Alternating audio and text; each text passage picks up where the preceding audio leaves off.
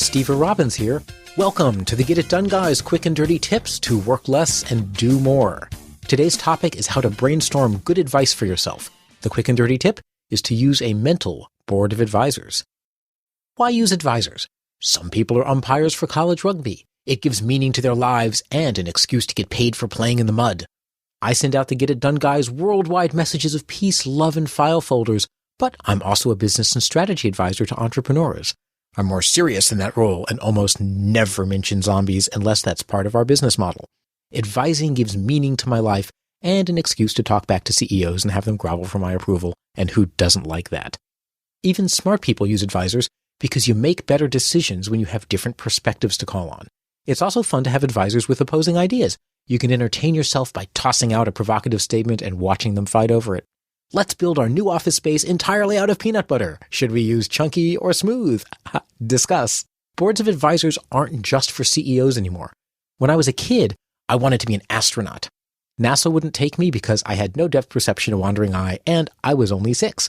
But Kennedy Space Center would sell me a cardboard lunar lander. My imaginary friend and I would get inside and pretend to fly through space. I loved that lunar lander. I kept it until it literally fell apart. I think what finally got to it was the rain during college graduation.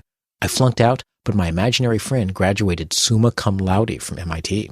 Yes, my imaginary friend was smarter. It turns out we can imagine smart friends, and they actually give us good advice. If you want to make better decisions that save you time, money, and hassle, create an imaginary board of advisors. Consult your board. Then, when you're faced with a difficult situation or decision, go to your quiet place, the one in your mind, not the real one with the padded walls, and have a mental conversation with your board of advisors. You'll be amazed how good their advice is. For example, let's say you're a teenager going on a date.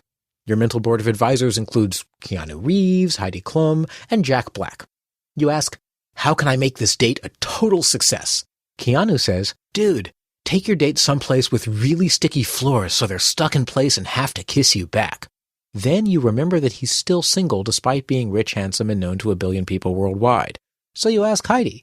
She says, a girl likes to be treated with respect. Open the door for her, treat her right. And boys like someone who can talk to them respectfully as an equal. Sounds reasonable. Finally, you ask Jack. Guys like to be put in their place, preferably with free pizza. And girls like someone who can beat them at beer pong.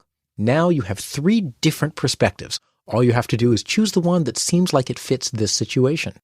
Choose board members carefully. This example brings up an important point. Who you put on your imaginary board will determine the answers you get.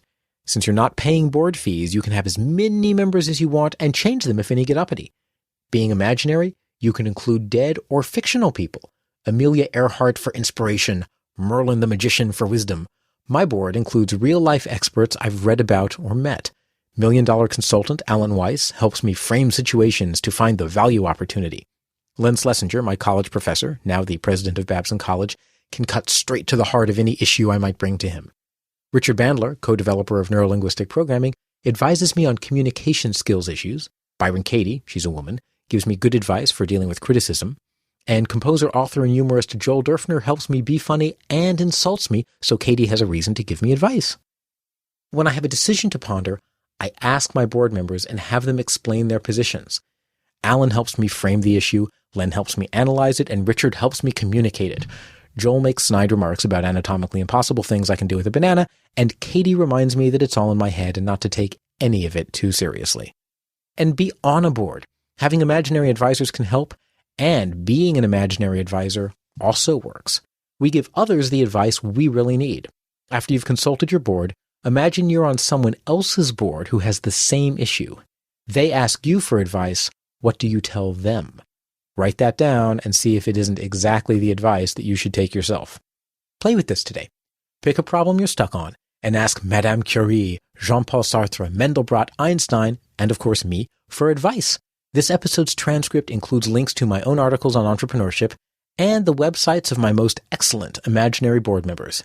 This is Steve Robbins. Email questions to getitdone@quickanddirtytips.com. Follow Get It Done Guy on Twitter. And find the transcript at getitdone.quickanddirtytips.com. Work less, do more, and have a great life.